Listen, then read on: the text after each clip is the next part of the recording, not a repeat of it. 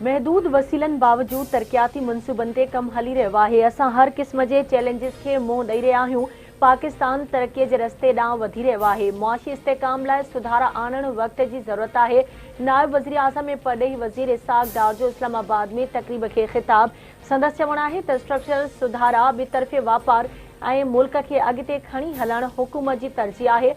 महांगाई 30 मां घटिजी 12% ते अची वई आहे। मुल्क में मुआशी इस्तेहकाम ॾांहुं वधी रहियो आहे। मईशत जे हवाले सां सुठियूं ख़बरूं अचण शुरू थी वयूं आहिनि। अॻिते वधिणो ई पवंदो। असां वटि गुंजाइश घटि आहे। ख़ांगी शोबे खे अॻिते आणण जी ज़रूरत आहे। IMF मां छुटकारे लाइ मुआशी सुधारा अणटर आहिनि। सिधी रीत परॾेही सीड़पकारी आणण जी कोशिश करे रहिया आहियूं। नाणे वारे वफ़ाक़ी वज़ीर मोहम्मद औरंगज़ेब जो इस्लामाबाद में तक़रीब खे ख़िताब। लाहौर में ज़ोरदार बरसात 44 वरनि जो रिकॉर्ड टुटी वियो। तेज़ बरसात सबबि हेठाहीं वारा इलाइक़ा पाणी हेठि अची विया। रोड रस्ता तलान जो ॾेख ॾियण लॻा। बरसात सबबि ज़िंदगी मफ़लूज बणिजी वई। लाहौर में सभ खां वधीक एयरपोर्ट एरिया में 350 मिलीमीटर बरसात रिकॉर्ड कई वई। तूफ़ानी बरसातुनि सबबि लाहौर में रेन इमरजेंसी लागू। पंजाब जे ॿियनि शहरनि गुजरात, गुजरांवाला, वज़ीराबाद समेत केतिरनि ई हंधनि ते बि ज़ोरदार बरसात खां पोइ गर्मी जो ज़ोर टुटी वियो। बरसात सबबि केतिरा ई फीडर ट्रिप थी विया। बिजली जी फराहमी मुअत्तल थी वई। बरसातुनि दौरान मुख़्तलिफ़ हादसनि में 2 ॼणा फौत 7 ज़ख़्मी थी पिया।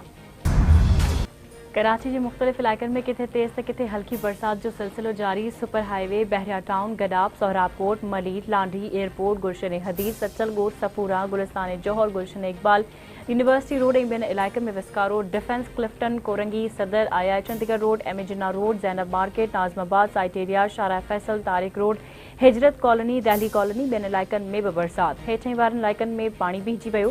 केतिरा ई फीडर ट्रिप थियण सबबि बिजली जी फरहामी मुअत्तल थी वई। धाबेजी ऐं भरपासे वारनि इलाइक़नि में बरसात जो सिलसिलो जारी। मौसमियात खाते पारां 6 अगस्त ताईं बरसातुनि जो सिलसिलो जारी रहण जी अॻकथी।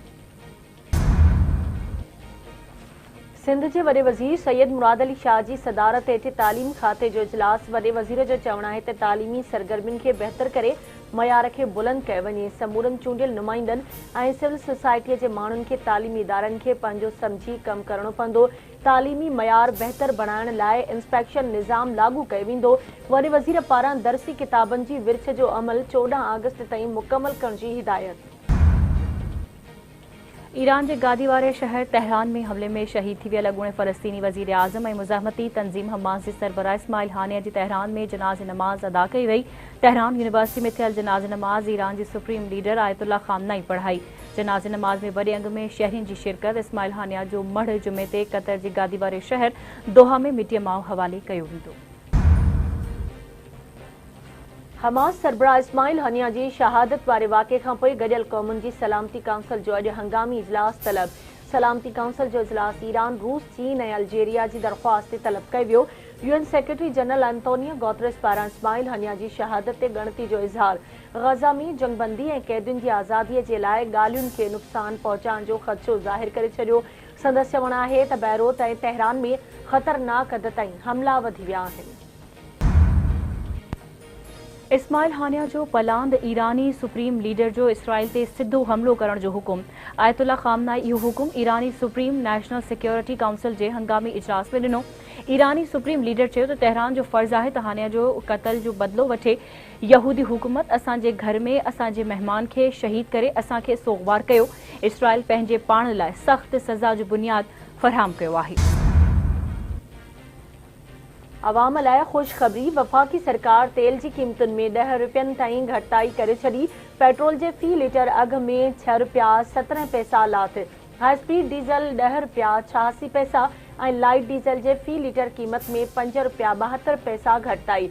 गासलेट पे 6 रुपया 32 पैसा सस्तो। नाणे वारी वज़ारत पेट्रोलियम शयुनि जी क़ीमतुनि में लाथ जो नोटिफिकेशन जारी करे छॾियो।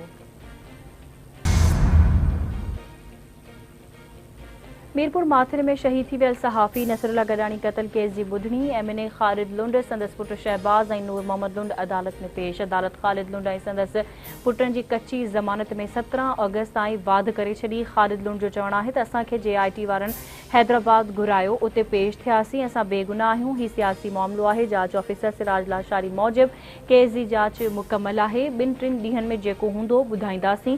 ख़ालिद लुंड ऐं संदस पुट जांच में शामिल थिया ऐं उन्हनि सबूत पेश कया। शहबाज़ ऐं नूर मोहम्मद लुंड चयो त उते उहे ॿाहिरि हुया। ख़ालिद लुंड चयो त हू इजलास जे सेशन में शरीक हो। ओबाबड़ू भरिसां गुज़िरियल राति मियाणी ग़ुलाम हुसैन वटि ॾोहारियुनि जे हमले में शहीद थी वियल अहलकारनि अब्दुल समी समो ऐं अब्दुल हनान मलिक जा मढ़ सरकारी एज़ाज़ सां हज़ारे आलियूं नखियुनि सां मिटी मां हवाले। मरकज़ी ईदगाह में थियल जनाज़े निमाज़ में SSP घोटकी समेत ॿियनि आला अमलदारनि, सियासी समाजी अॻवाननि, सहाफ़ियुनि ऐं शहरियुनि जी शिरकत। सोग में ओबाबड़ो शहर बंद।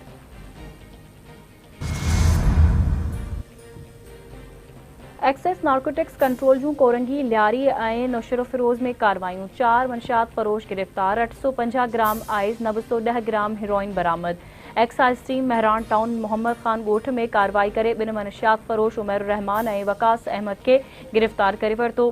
गिरफ़्तार जवाबदारनि जी निशानदही ते एक्साइज़ टीम जी शहीद बेनज़ीर भुट्टो यूनिवर्सिटी लियारीअ में कार्रवाई। हिकु ॿियो मनशियात फरोश गिरफ़्तार।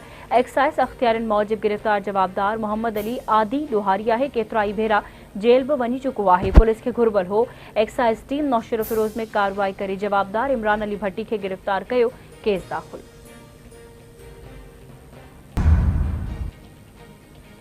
ऐं घोटकी वेझो ख़ान ॻोठ वासी नौजवान ग़ुलाम क़ादिर शेख गुज़िरियल ॾींहं खां पुरस्रार नमूने गुम। संदसि मोबाइल फ़ोन बि बंदि। वारसनि पारां अग़वा जो ख़दशो ज़ाहिर। पुलिस खे नौजवान जी ॻोल्हा में मदद जी अपील।